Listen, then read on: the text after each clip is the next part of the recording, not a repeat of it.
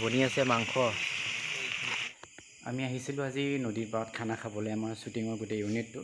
মানে খুব এটা ধুনীয়া প্লেচ আৰু ঠাইটো হ'ল আন্ধাৰ, মানে ইয়াত লাইটৰ ব্যৱস্থা নাই আৰু আমি ইয়াত মোবাইলৰ পোহৰ আৰু বাইকৰ পোহৰেদি খানা খাইছোঁ। আৰু ইফালে আমাৰ ধুই আছে মাংস। তামাম খানা হ'ব আজি। আৰু আজি আমাৰ খানা আছে, জয়ে বনাই আছে চৌখা আৰু ইয়াত জমা কৰি থোৱা হৈছে খৰি। আমাৰ ডাইৰেক্টৰ তপন দা, গীতাংকৰ লুকাইছে। য'ত খানা খাই ইয়াত কাৰেণ্টৰ কোনো সুবিধা নাই।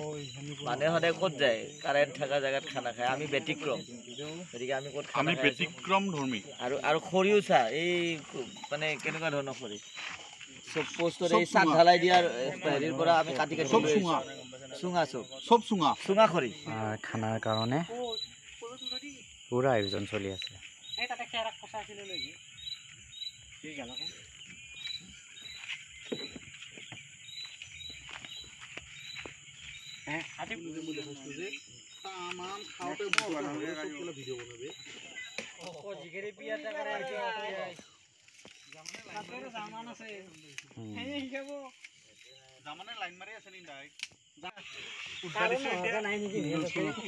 আমাৰ শ্বুটিঙৰ টিমটো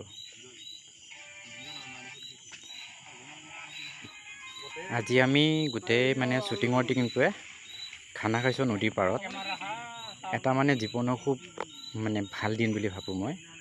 কাৰণটো কি হ'ল, এনেকুৱা মানে মই কেতিয়াও মানে পোৱা নাছিলোঁ। আৰু নদীৰ পাৰত যিহেতু খাইছোঁ, ইয়াত মানে কাৰেণ্টৰ ফেচিলিটি নাই। আমি এনেকৈ বাইক আৰু মোবাইলৰ পোহৰ দি পেলাই আমি খানা খাইছোঁ। আৰু ইয়াত দেখিছে খৰিত আমাৰ টিমৰ মানুহ জয়ে একদম খানা বনোৱাত ৰেডি হৈ আছে।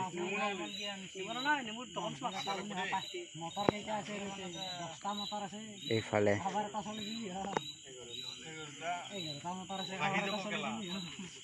আলু পিঁয়াজ। আজি পচা আলু খুৱাবি নেকি?